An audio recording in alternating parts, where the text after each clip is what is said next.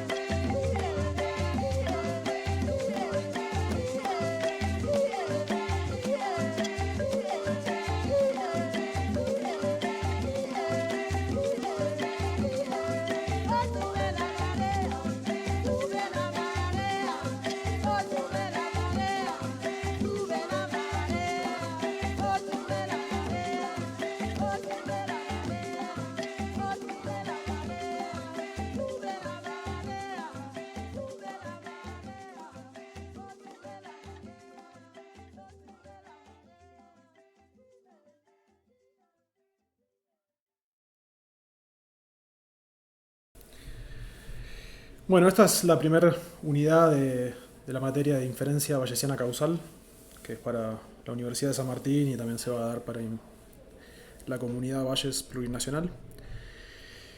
En esta unidad vamos a ver como los fundamentos de argumentos causales y su evaluación de hipótesis en contexto de incertidumbre, en resumen.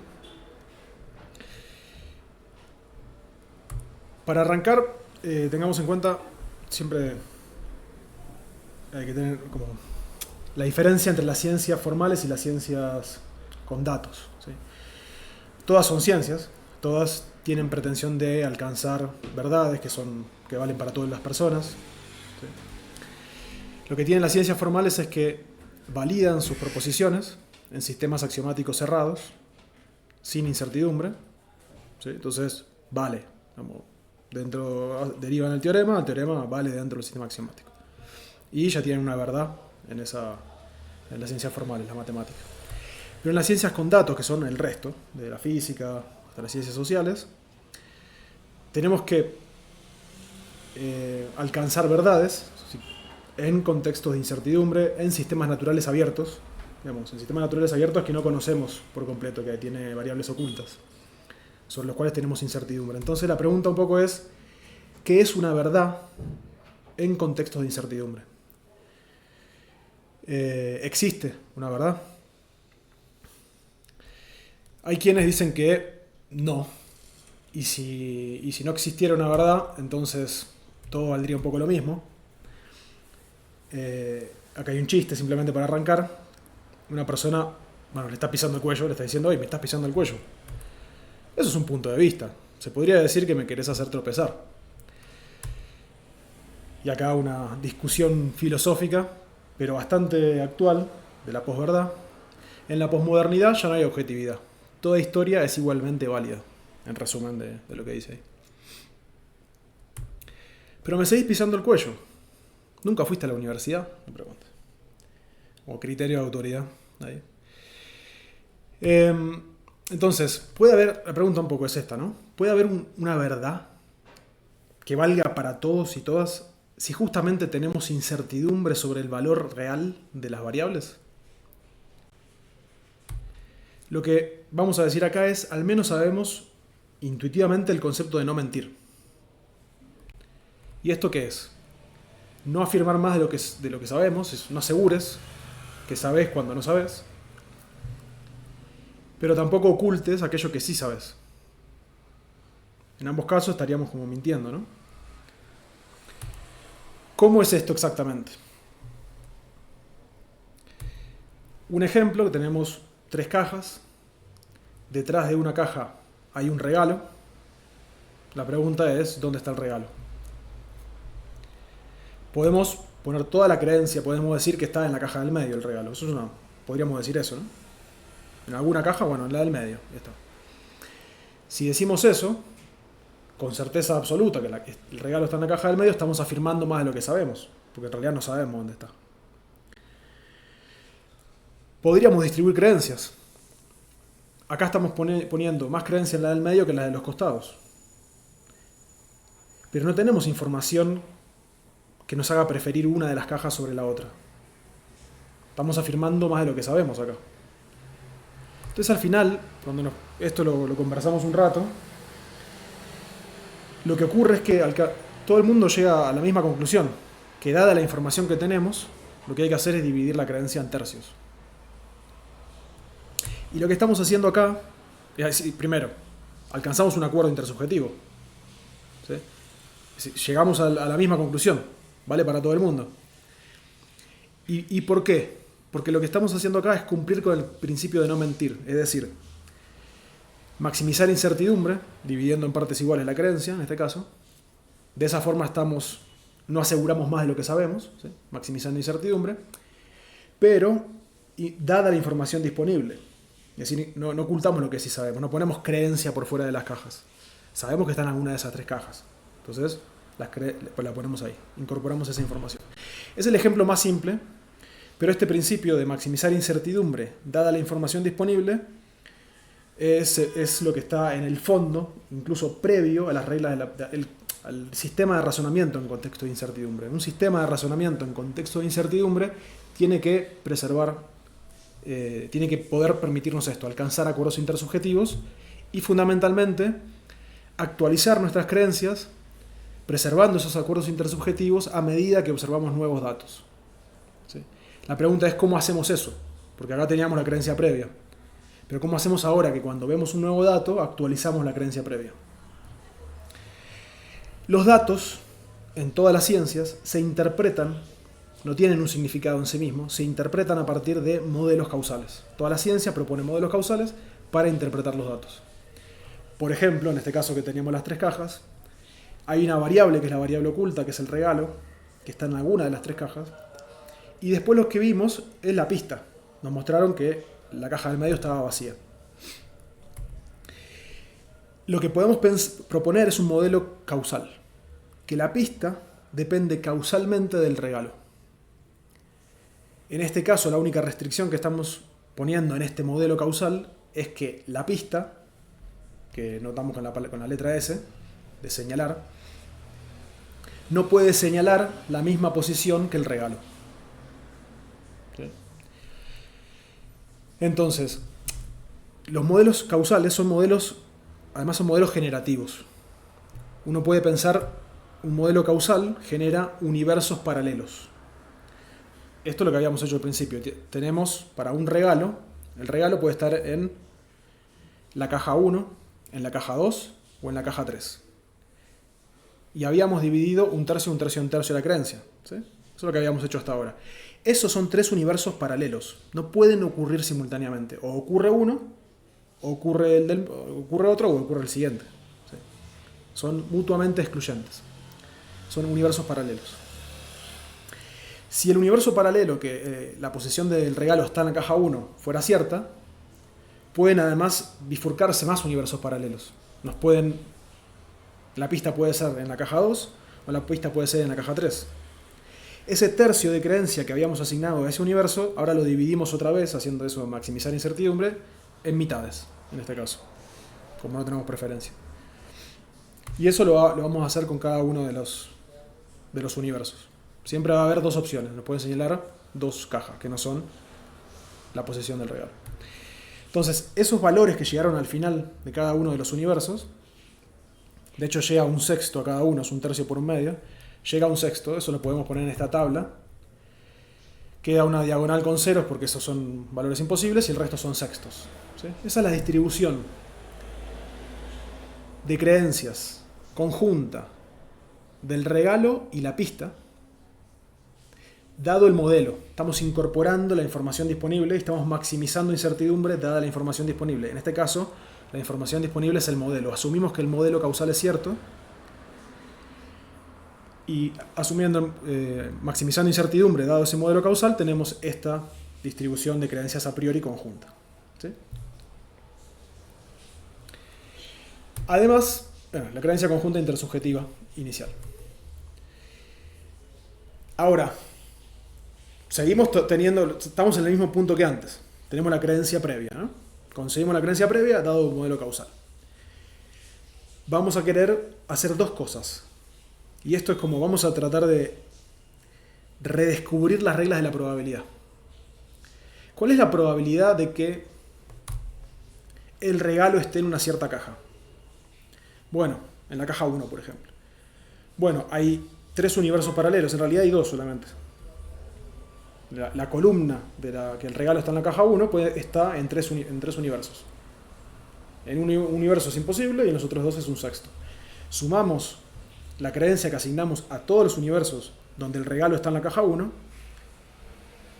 y eso va a ser la probabilidad del regalo. La creencia que asigna el regalo en la posición 1. Estamos sumando la creencia que asignamos a los universos paralelos, compatible con ese valor del regalo. Eso mismo lo podemos hacer con la pista. ¿Sí? Eso es la primera regla de la probabilidad, es la marginal. Y después lo que queríamos, la pregunta cómo preservamos y actualizamos nuestras creencias es, bueno, de la creencia inicial conjunta, que es esta, ahora vimos que nos señalaron la caja del medio.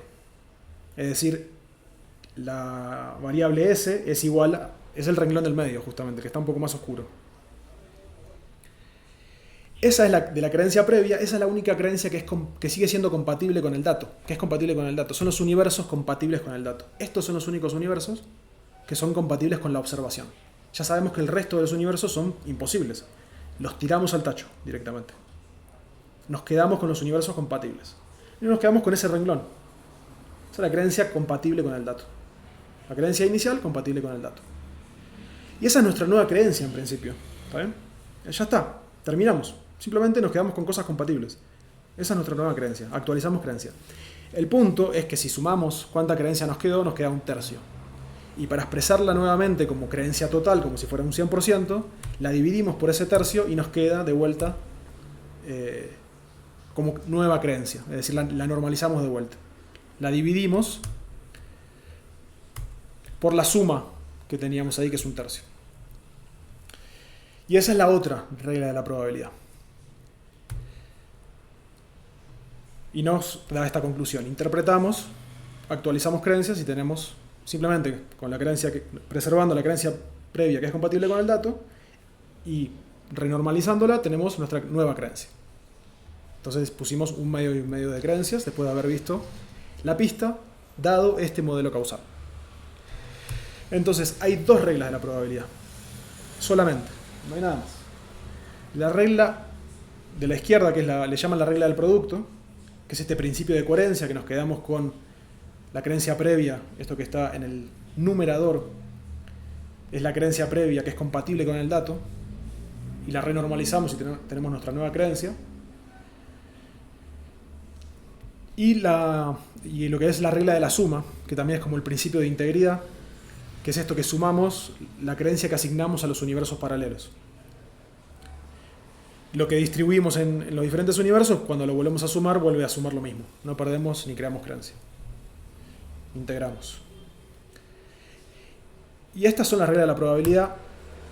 Desde el siglo XVIII hasta ahora no se propuso un sistema de razonamiento nuevo, a pesar de todos los avances que hubo en inteligencia artificial. Estas son las reglas de razonamiento en contexto de incertidumbre. Hasta el día de hoy no se propuso nada nuevo, ¿no? Desde el siglo XVIII hasta ahora. El problema que tienen las reglas de la probabilidad es el costo computacional, porque su aplicación estricta nos obliga a evaluar todo el espacio de hipótesis. Y eso vamos a ver que es algo complejo computacionalmente.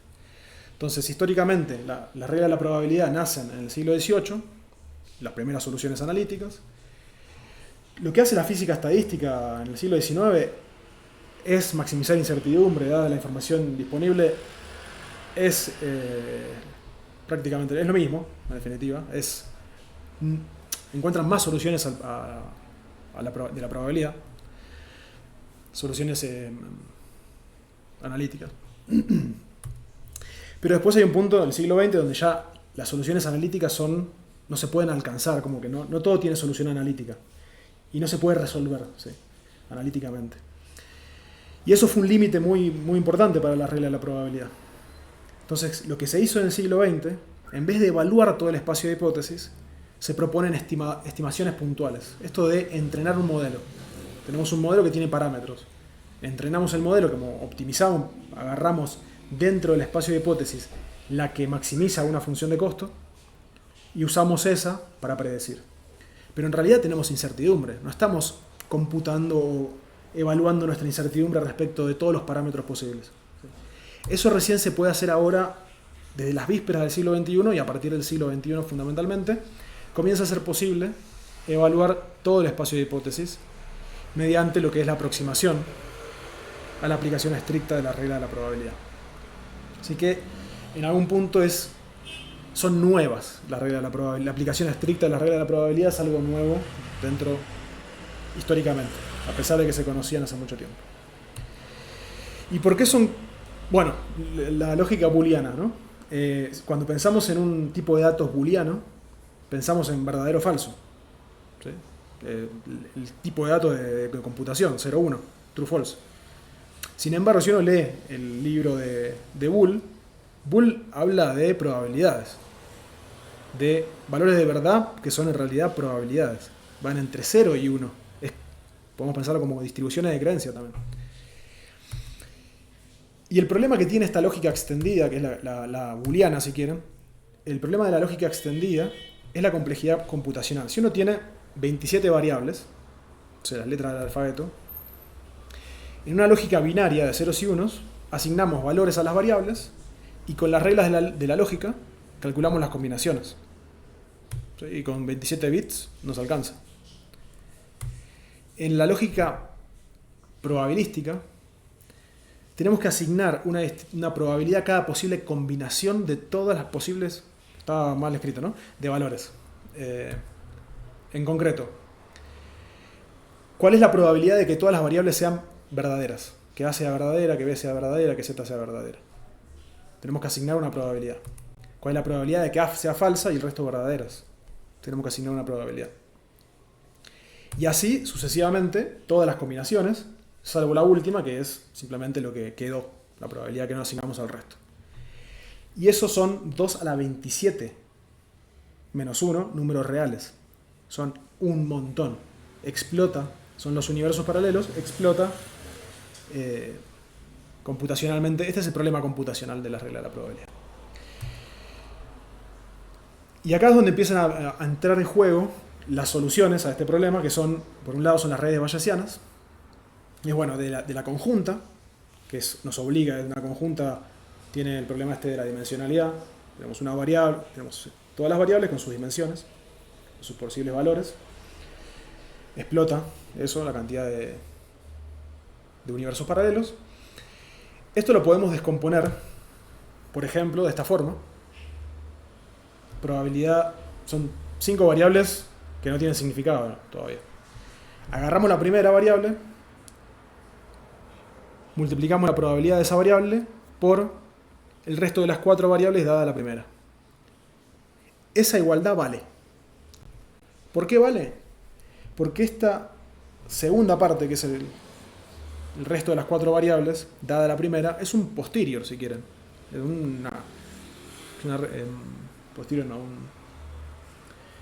una distribución condicional. Por definición de la distribución condicional, en el numerador tenemos la conjunta de todas, las que están ahí, del lado izquierdo y del lado derecho, y en el denominador la marginal, lo que está del lado derecho, que es la L, probabilidad de L. Y lo que está en el denominador se va a cancelar con lo que estaba en el numerador en el caso anterior. Probabilidad de L se cancela con probabilidad de L en el denominador. Entonces sigue valiendo. ¿Sí? Esta descomposición se puede expresar gráficamente con lo que se llaman las redes bayesianas, que es esto. Tenemos un nodo por cada variable, en este caso hay una variable que es un vector, pero tenemos 2 variables, y para cada variable hay una distribución de probabilidad condicional. La primera es la probabilidad de L, pero es una distribución condicional dado ninguna condición. Esta descomposición la podemos seguir como extendiendo, es decir, este vector de 4 variables lo podemos descomponer por su primera variable y lo multiplicamos por el resto de las 3. Y esto también vale, porque son distribuciones condicionales. Y lo que estaba en el denominador en una se cancela con lo que está en el numerador de la otra. Y así sucesivamente, siempre queda que es la conjunta. Cualquier descomposición se puede hacer. No importa cualquiera que elijamos, vale. ¿Sí? Y esto, con 5 variables, hay 120 descomposiciones posibles. Si además consideráramos independencias, que ahora vamos a ver, hay bastantes más. ¿Sí? Entonces, ¿cuál de todas estas usar para definir la distribución conjunta? Lo que vamos a hacer acá es usar argumentos causales. Vamos a tener un argumento causal, en lenguaje natural si quieren. Acá es la alarma de una casa. Se activa cuando alguien entra sin apagarla. Si la alarma se activa, la dueña recibe una llamada de la central de seguridad. La alarma se puede activar por otros motivos, como los terremotos, que no son infrecuentes en la ciudad. Y siempre que se produce un terremoto, en las redes sociales se habla casi exclusivamente de eso. Agarramos un argumento causal, identificamos cuáles son las variables que para nosotros son relevantes del problema, Y también identificamos cuáles son los mecanismos causales. Es decir, acá la alarma se puede prender por dos motivos, porque entran a la casa o porque se produce un terremoto. Entonces, la entrada de la casa y el terremoto son causas directas de que se prenda la alarma. Entonces, este va a ser un mecanismo causal probabilístico. El mecanismo causal probabilístico de la alarma. Y cada una de las variables va a tener un mecanismo causal probabilístico. El mecanismo causal de que te entren a la casa. Por cómo estamos modelando el problema, que es un recorte de la realidad, no hay ninguna otra variable que sea causa de ella. Entonces, simplemente es probabilidad de que te entren en tal ciudad. Estamos considerando solamente una ciudad, así que no la condicionamos por ello. La que llamen por teléfono depende de que la alarma se prenda, solamente. El terremoto tampoco, en este caso, depende de ninguna otra variable. Y las redes sociales dependen del terremoto. Entonces acá tenemos, para cada variable, su mecanismo causal probabilístico. Y esto es lo que vamos a usar para definir la distribución de probabilidad conjunta. Vamos a usar los mecanismos causales probabilísticos para definir la distribución conjunta. Esta es una red bayesiana. Cada variable es un nodo y las flechas indican la dependencia de las variables entre sí. ¿Está bien? Además, bueno, eso que decía recién, que cada variable resume, estamos haciendo un recorte de la realidad.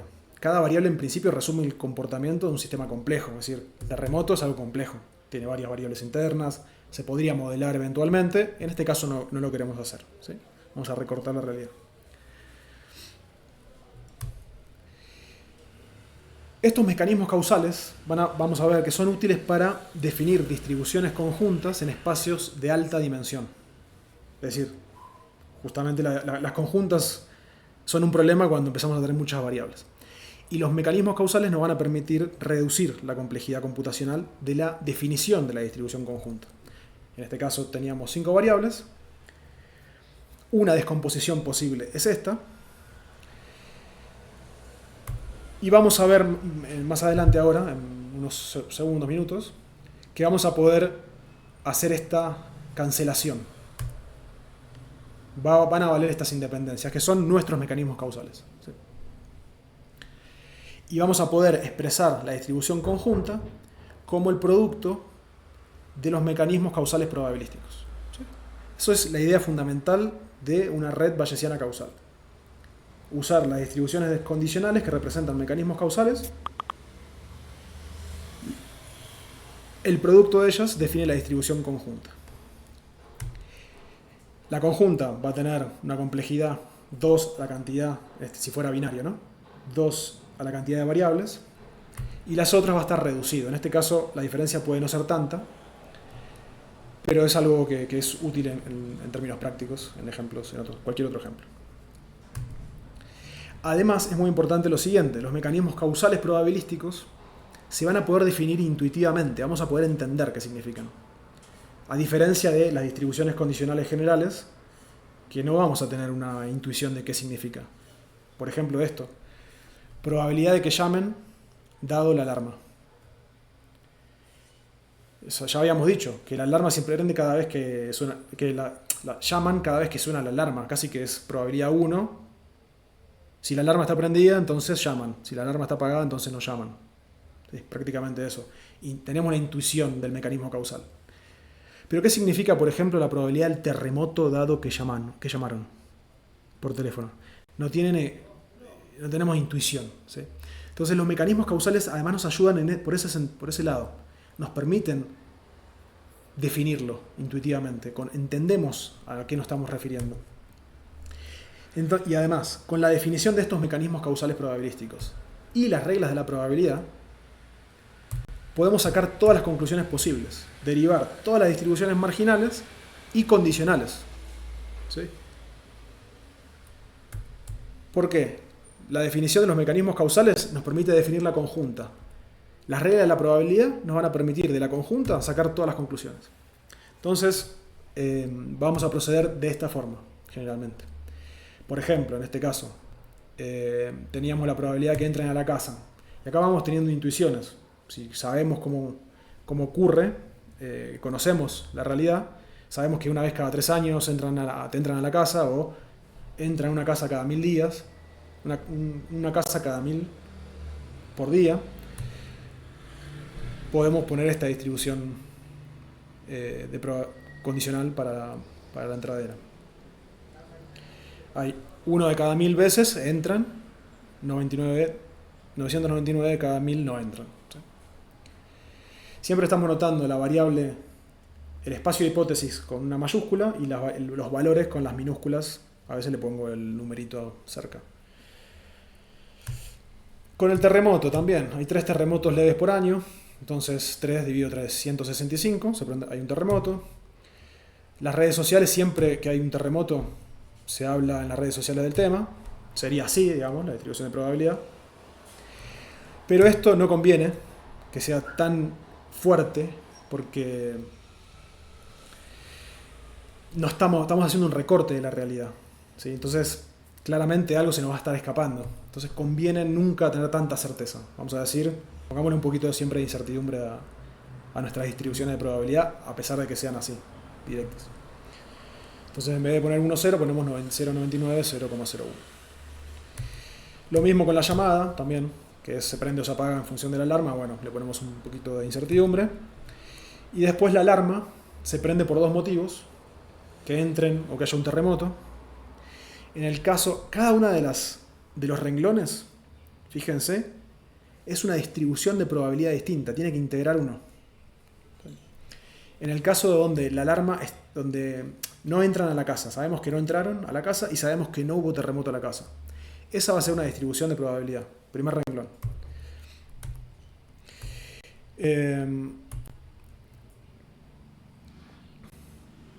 Acá puse mucha información, pero en la primera parte, primer renglón, podemos decir que la alarma se prende como que hay una probabilidad que se active sola, ¿sí? Esto le agregamos incertidumbre. Entonces, se activa sola, probabilidad 0,01. Probabilidad de que no se active sola, bueno, 0,99 va a ser. Fíjense, suma 1. Después, si sabemos que entraron a la casa, la alarma se puede activar por 2 motivos: o porque se activó sola, o porque entraron a la casa. También podemos pensar, no se activa a pesar de que entraron a la casa, 0,01. Bueno, entonces, como es una distribución de probabilidad, el negativo está del lado izquierdo, y esto, por reglas, es la intersección de las negaciones de cada uno, y van a ser, en definitiva, la multiplicación de las 2 negaciones. En este caso, una va a ser 0,99 y otra va a ser 0,01. Y después el otro va a ser la negación de las 3. Bueno, va a terminar quedando así. Si quieren, después lo revisamos más en detalle, pero es simplemente tener una idea de una distribución de probabilidad, motivar las distribuciones de probabilidad condicional de esta red bayesiana causal. Tenemos las distribuciones de probabilidad condicional, es decir, definimos los mecanismos causales probabilísticos. Entonces tenemos la distribución conjunta. Para cualquier valor de la distribución conjunta, en este caso, que todas las variables sean 0, simplemente lo que tenemos que hacer es buscar el valor en cada uno de los mecanismos causales, cuál es la probabilidad en cada uno de los mecanismos causales para ese valor de la variable. ¿Sí? Reemplazamos, por ejemplo, en la entradera, que no entren es 0,99. Creo que modifiqué un poquito, habría que revisar, pero supongamos que tenemos eso. Y así con todo el resto, ¿sí? Reemplazamos sus valores y tenemos la distribución conjunta. Entonces, con la regla de la probabilidad, es decir, con la definición de los mecanismos causales tenemos la conjunta, y con la regla de la probabilidad vamos a poder sacar cualquier conclusión. En principio, vamos a poder calcular la probabilidad marginal de una variable, por ejemplo de A, que va a ser de la conjunta integrar el resto de las variables. Sí. Esta conjunta la podemos descomponer como el producto de los mecanismos causales, probabilística, y integramos. Eso nos va a dar un valor, es una sumatoria en Python bastante sencilla. Y después también podemos calcular posteriors, es decir, actualizar nuestra creencia sobre una variable, la probabilidad de que se prenda o se apague una alarma, cualquiera sea el caso, le pongo A mayúscula por todo el espacio de hipótesis, dado que sabemos que en las redes sociales hablaron de que había un terremoto. ¿Cómo calculamos esa probabilidad condicional? Las reglas de la probabilidad. En este caso, la condicional. La condicional es lo que es la conjunta entre esas dos variables arriba y la marginal del dato abajo. Y esas dos se pueden calcular de la conjunta, en definitiva. Ya de acá directamente descomponemos la conjunta en cada caso. En el primer caso integramos las 3 variables que nos queremos sacar de encima. Y en el otro caso integramos las 4 variables que nos queremos sacar de encima, incluso la variable A. ¿Sí? Así que acá podemos calcular, y este va a ser uno de los ejercicios, calcular, si nunca lo hicieron, no sé, calcular para este modelo causal, actualizar creencias en diferentes casos. Ahora lo vemos. Hay algunas propiedades que son importantes de los modelos causales o de las redes bayesianas causales. Primero, son procesos generativos. ¿Sí? Cada una de las variables se genera a través de estos mecanismos causales, que se rigen únicamente por sus causas directas. Si tenemos sus distribuciones de probabilidad, podemos como tirar la moneda. Tirar la moneda para ver si entran o no entran a la casa. Tirar la moneda para ver si entran o si hay un terremoto o no hay un terremoto, obtener los valores, y dado esos valores, vamos a poder tirar la moneda para ver si suena la alarma o no suena la alarma, para ver si hablan en las redes sociales o no, dado el valor del terremoto, y así podemos generar datos. Tenemos un proceso generativo, y podemos generar datos a partir de estas redes bayesianas causales. En particular, por ejemplo, cuando ponemos en gris una variable, esa representa que esa variable es observada. ¿Sí? Entonces, acá lo que estamos queriendo decir es que que llamen de la central de seguridad va a ser independiente de que entren a la casa, que haya un terremoto y que hablen en las redes sociales. Si conocemos la causa, si conocemos la causa directa, si sabemos que la alarma se prendió, entonces no importa qué haya pasado con el resto. La llamada depende directamente de la alarma. Entonces van a ser independientes, en este caso, del resto de las otras 3 variables. No me agregan información. La probabilidad de L de la llamada dado la alarma va a ser igual a la probabilidad de L dado la alarma y el resto de las variables. Esas variables no me aportan información. Las agrego en el condicional, pero no me cambian la distribución de probabilidad. Cuando ocurre eso, estamos diciendo que son independientes. ¿Sí? Y la notación que tenemos acá, de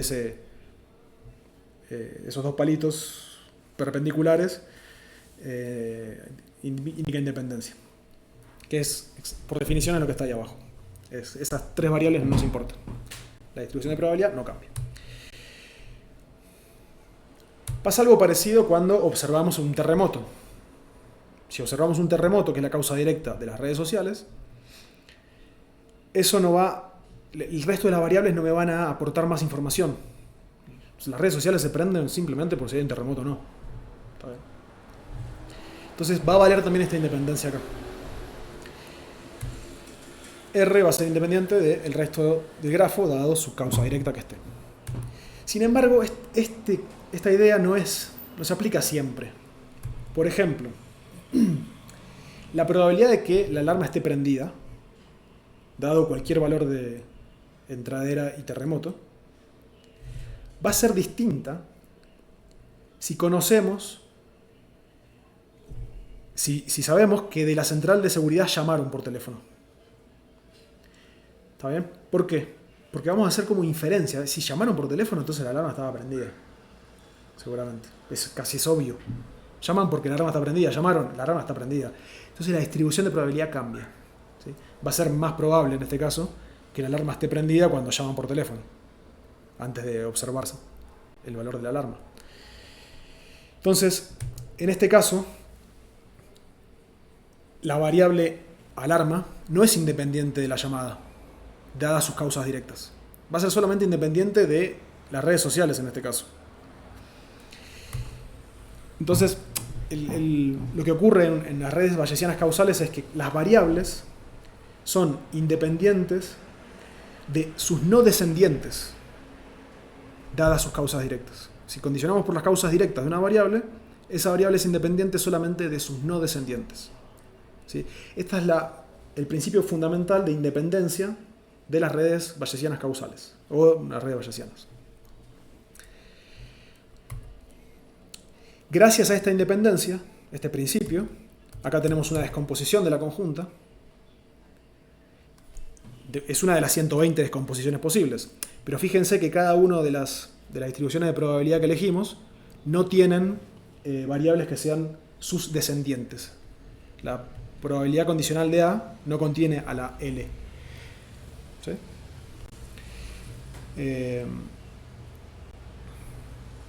La probabilidad de T no contiene a la A. No hay descendientes directos en el condicional.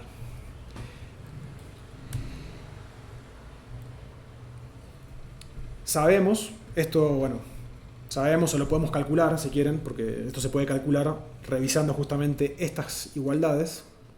Esto es un sí, solo sí entonces, en realidad. Se puso un entonces, pero es un sí, solo sí. E es independiente de T, sí, solo sí, ocurre esto que está acá. De hecho, ocurre eso, lo pueden verificar, que ocurre que la entradera no nos aporta información para el terremoto, intuitivamente es así. Entonces, bueno, vamos a poder sacarnos de encima la E acá arriba. Lo que acabamos de ver recién, que la alarma depende solamente es independiente de R, dadas sus causas directas. Acá hago un recuento de las independencias que vimos recién. Esas independencias nos van a permitir cancelar y demostrar que podemos descomponer la conjunta en el producto de sus mecanismos causales. Acá estamos mostrando eso. Podemos descomponer la conjunta en el producto de sus mecanismos causales probabilísticos. Eso por un lado. La independencia nos permite factorizar de esta forma la conjunta. Pero además, esta factorización implica las independencias que acabamos de mencionar. Un ejemplo es la probabilidad de R dado el resto de las variables. Por definiciones de la condicional, es la conjunta arriba y abajo integrando la variable R. Por definición de la factorización que tenemos de la conjunta, la descomponemos por sus distribuciones condicionales, producto de sus distribuciones condicionales. Calculamos, en este caso solamente estamos integrando R, lo mandamos para adentro, esa sumatoria, porque R solamente aparece acá. Y casualmente, esto es una distribución de probabilidad, para todos los valores de esa... Tiene que integrar 1, básicamente. Si sumamos todos los valores de R, eso integra 1, desaparece, y después se cancelan el resto, y queda justamente que R solamente depende de T. Entonces, como la propiedad fundamental de las redes bayesianas causales es que está este sí solo sí entre las independencias y la factorización. En la práctica 1,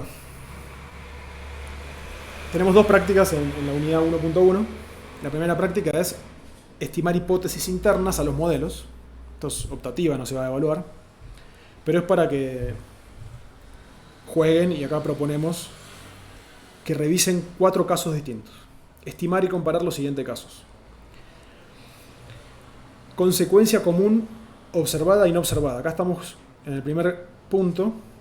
Calcularíamos la probabilidad del terremoto, dado que entraron a la casa, pero en un caso observamos que la alarma está prendida y en otro caso no. ¿Qué pasa cuando hacemos eso? Son dos condicionales que proponemos que calculen. Después el segundo punto, una causa común observada y no observada. En este caso Causa común observada. Claro, la causa común es T, acá. Entonces vamos a calcular la probabilidad de la alarma, dado que en las redes sociales hablan de un terremoto, en ambos casos, pero en un caso observamos que hay un terremoto y en otro caso no lo observamos. ¿Cómo cambia eso? Acá la variable común es el terremoto. La causa común es el terremoto, causa común de A y R. Y después una variable intermedia observada y no observada, que va a ser aquí en este caso la alarma. Vamos a calcular la probabilidad del terremoto, dado que llaman por teléfono, pero a veces observamos que la alarma está prendida y a veces no. ¿Qué pasa cuando cambia eso? Esa es la primera práctica para proponerles. Y esto es como la primera parte de lo que queríamos ver en la unidad 1, que es estimar hipótesis internas a los modelos causales. ¿Sí? Lo que estamos haciendo acá es, asumimos que el modelo causal es verdadero, ese modelo causal tiene hipótesis internas, de golpe observamos datos, ahora queremos actualizar nuestras creencias sobre las hipótesis internas a esos modelos causales. La segunda parte va a ser, pero esos modelos causales pueden no ser ciertos, queremos evaluar esos modelos causales. Entonces ahora vamos a entrar a la segunda parte, que es evaluar modelos causales alternativos. Pero antes de hacer eso, recordar la regla del producto, que es cómo actualizamos creencias. Acá estamos hablando de hipótesis de forma abstracta. Hipótesis 1, hipótesis 2. ¿Sí? La regla del producto simplemente es la conjunta arriba y la marginal abajo. Arriba era lo que sobrevive, la compatible, y abajo es lo que sobrevive total. Esto lo podemos hacer, no importa qué hipótesis pongamos de qué lado. ¿Sí? Esto siempre se puede calcular. En particular, eso que está en el denominador del segundo caso, lo estamos multiplicando. Y esto lo vamos a poder reemplazar ahí arriba. Lo ponemos ahí arriba. Esto de acá va a ser el teorema de Bayes, esta parte. En un momento va a ocurrir que esto sí es un dato. Siempre los datos al principio son hipótesis. Siempre los datos al principio son hipótesis. Después se vuelven datos. Entonces, bueno, esto en algún momento va a ser dato. Y vamos a tener esta estructura. Esta estructura es lo que es la creencia previa, que es la probabilidad de la hipótesis solamente. Y después la predicción, que hace la hipótesis del dato que observamos, que es la verosimilitud.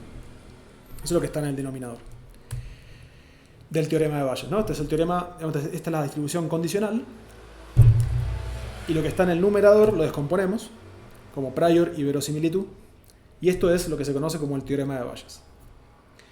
El posterior, que es nuestra creencia actualizada, nuestra nueva creencia, dado los datos, se actualiza como el producto de nuestra creencia previa, es decir, la creencia previa multiplicada por... Si hay mucho ruido me dicen. La creencia previa multiplicada por la predicción que hace la hipótesis del dato. Esa es la parte, lo que está en el numerador. Y esto es muy importante, porque la predicción, la verosimilitud, va a ser una probabilidad que va entre 0 y 1.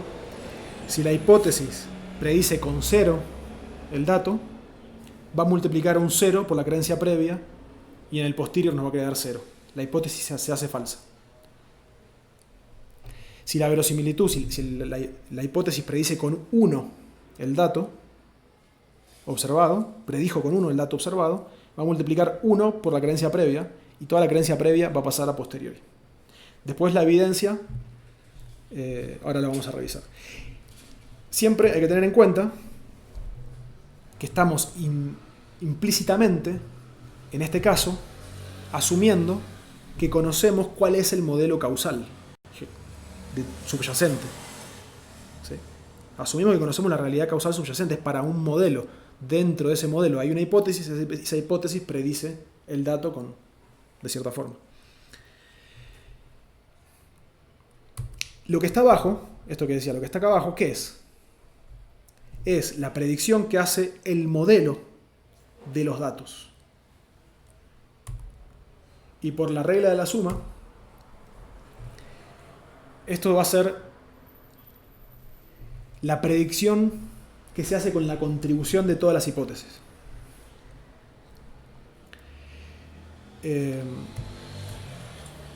Bueno, estamos aplicando la regla de la suma, ¿no? Pero estamos prediciendo el dato sumando la predicción que hacen todas las hipótesis, ¿sí? Cada hipótesis predice el dato de una cierta forma. Esta es la conjunta, se podría descomponer como lo que está acá arriba. Bueno, lo que nos interesa poder evaluar modelos causales alternativos dado los datos. Un modelo, en el caso de arriba estamos asumiendo que lo conocemos, que es cierto, pero en realidad no es cierto el modelo. Entonces es una hipótesis el modelo.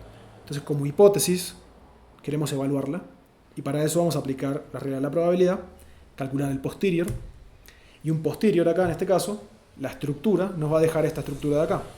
Tenemos un prior, la probabilidad del modelo a priori, la predicción que hace esa hipótesis del dato, en este caso la hipótesis es el modelo, abajo dividido por la probabilidad de los datos.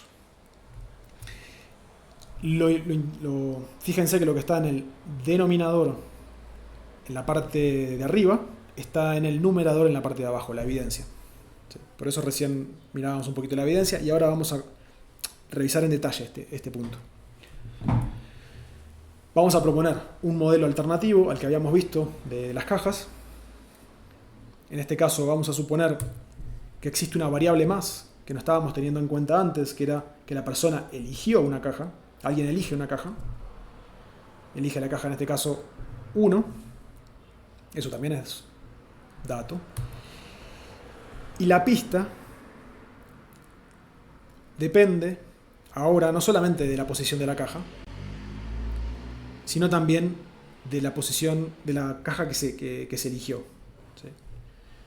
No puede señalar ni la posición del regalo ni la caja que se eligió. Estas son dos restricciones simplemente, que la pista sea distinta al regalo, que la pista sea distinta a la posición que se elige, la caja que se eligió. Este modelo generativo genera universos paralelos. Los universos paralelos, suponiendo siempre que la caja que eligen es 1, lo dejamos fijo para que sea más simple. Hay 3 posibles posiciones de los regalos, son universos paralelos, y después, dado que estamos eligiendo la caja 1, si el regalo estuviera en la caja 1, nos pueden señalar la caja 2 o la 3. Pero en el resto de los casos, como estamos eligiendo la caja 1, si el regalo estuviera en la caja 2, solamente nos pueden señalar la caja 3. Y viceversa. Entonces fíjense que ahora solamente hay un caso donde se bifurcan 2 en el primero, y en los otros 2 no. En los otros 2 ese tercio de creencia sigue hacia abajo y hay un único universo paralelo para R2 y R3. Para R1 hay 2 universos paralelos. Esto lo podemos poner en esta tabla. Cada combinación, estos valores los ponemos en esta tabla. Esta es la creencia conjunta inicial. Con la regla de la suma vamos a tener las marginales. Y con la regla del producto o la condicional nos quedamos con la que es compatible con el dato. En este caso, si el dato es S2, nos quedamos con ese renglón. Al normalizarlo, nos queda 1/3 o 2/3. ¿Sí? Entonces vamos a tener 2 modelos causales que interpretan el dato de forma distinta y sacan conclusiones distintas. Porque acá el dato es el mismo, la pista. ¿Sí? Incluso la caja que se elige, sea igual a 1, también se observa en ambos casos. Pero la única diferencia es el modelo causal. Uno de los modelos causales supone que la caja que elegimos no influencia la pista, el de la izquierda, y saca conclusiones, actualiza creencias un medio, después de haber observado la pista. Y en el de la derecha tenemos un modelo donde la pista también depende de la caja que elegimos y actualiza creencias de otra forma. Quisiéramos alcanzar un acuerdo intersubjetivo respecto de los modelos causales alternativos. Es lo principal que hace toda ciencia con datos, desde la física hasta las ciencias sociales. Proponer modelos causales alternativos, y lo que necesitamos es evaluarlos en función de los datos. Acá vamos a ver muchos episodios. El primer episodio, el segundo episodio. Cada episodio va a tener el dato de la caja que se elige, la pista que nos dan y la posición del regalo. Y hay muchos episodios. Para representar esos episodios, porque la posición del regalo en un episodio es distinta a la posición del regalo en otro episodio, son variables distintas, hipótesis distintas, ¿sí? En vez de dibujar tantos nodos por cada tiempo, simplemente si sabemos que esto se repite, ponemos una cajita y decimos, bueno, esto se repite, esta estructura se repite para todos los episodios. Ponemos un subíndice T de tiempo, si quieren, y son para cada tiempo tenemos esta misma estructura, ¿sí? Si levantamos, si fueran cartas, si levantamos una de ellas y la ponemos al costado, no van a estar conectadas. Un tiempo, las variables de un tiempo no van a estar conectadas con las variables de otro tiempo. Van a ser independientes. La información de lo que haya ocurrido en un tiempo no me va a afectar lo que haya ocurrido en otro tiempo. Intuitivamente, ¿sí? Queremos entonces calcular el posterior del modelo dado los datos. Acá lo fundamental, lo que decíamos, es la evidencia, la predicción que hace la hipótesis, este modelo de los datos. Eso es lo que actualiza nuestras creencias. Porque en lo que está en el denominador, por la regla de la suma, que es ahí aplican la regla de la suma, es la misma para todos. Lo que actualiza nuestras creencias es la predicción. Esa predicción, que es una predicción de un conjunto de datos, acá tenemos los episodios, primer episodio, segundo episodio, o primer dato, segundo dato, esa distribución conjunta, que es una predicción a priori, esto se puede descomponer por la regla del producto, lo que vimos al principio. Una conjunta se puede descomponer como la probabilidad del primer variable por la probabilidad de la segunda variable dada a la primera, y así sucesivamente. Fíjense que es interesante que estamos prediciendo el primer dato sin conocer ningún dato. Predecimos el segundo dato solamente conociendo el primer dato. No estamos overfiteando en el sentido, no estamos haciendo trampa. Solamente observamos lo que pasó antes y predecimos el siguiente dato. Bueno, queremos calcular eso. Queremos calcular ese producto de predicciones. Con que haya un cero en ese producto, todo se vuelve cero. Entonces veamos cómo calcular esa predicción que hace el modelo del conjunto de datos. Bueno, empecemos. Tenemos nuestras definiciones de conjunta. A la izquierda tenemos el modelo base, la conjunta del modelo base. A la derecha tenemos la conjunta del modelo Monty-Hall. Y abajo vamos a ir calculando esas predicciones de todo el conjunto de datos dado el modelo. Entonces, primero, ¿qué ocurre? Vamos solamente a mirar pistas y regalos. Observamos una pista. El modelo de la izquierda predecía con un tercio que la pista estuviera en la caja del medio. El modelo de la derecha lo predice con un medio, ¿sí? Un tercio, un medio. Actualizamos creencias compatibles y ahora observamos la posición del regalo. El modelo de la izquierda predijo con un medio y el modelo de la derecha con un tercio. Y vamos acumulando esas predicciones de cada uno de los datos.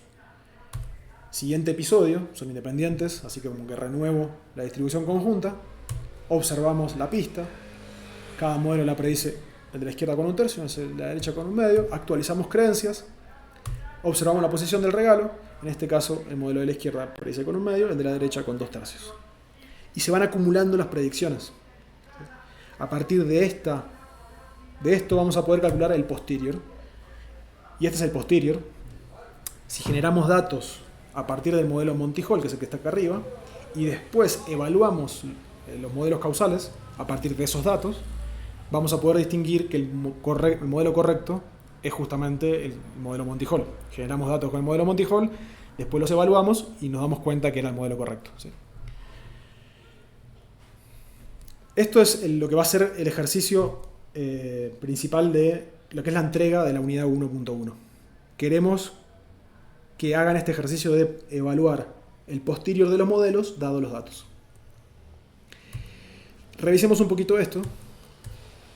Siempre estamos con la evidencia. La evidencia es el producto de estas predicciones. Hay un elemento que es importante, que es lo que se llama la predicción típica.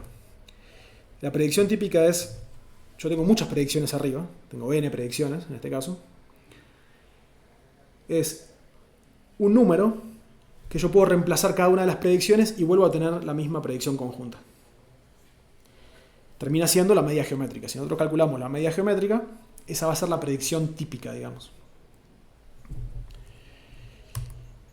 Y después, el otro elemento que es importante es para comparar modelos. Hacemos el cociente del posterior de dos modelos.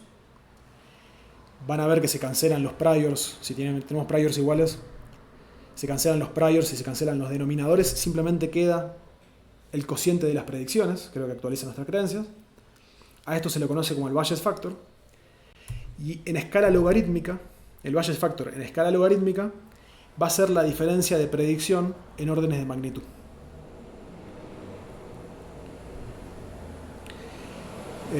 Y este es el otro de los elementos que es importante evaluar. Entonces, para la práctica 2, lo que queremos es evaluar modelos causales alternativos. Esta es la parte de la entrega. Y contiene 4 puntos. Primero hay que generar los datos con el modelo causal generativo Monty Hall. Después calcular el posterior de los modelos. Después calcular la predicción típica para cada modelo. Acá estoy dividiendo por... Cada episodio tiene 3 datos. Y hay T episodios. Acá multipliqué T por 3 la cantidad de datos que hay. Y después calcular la diferencia de predicción en órdenes de magnitud. Van a ver que esto crece muy rápidamente, en órdenes de magnitud. Bibliografía sugerida. Para esta primera parte, una buena lectura es el capítulo 2 y capítulo 3 hasta el 3.2 del libro de Kohler, Probabilistic Graphical Models, sugerida. Bueno, eso es todo.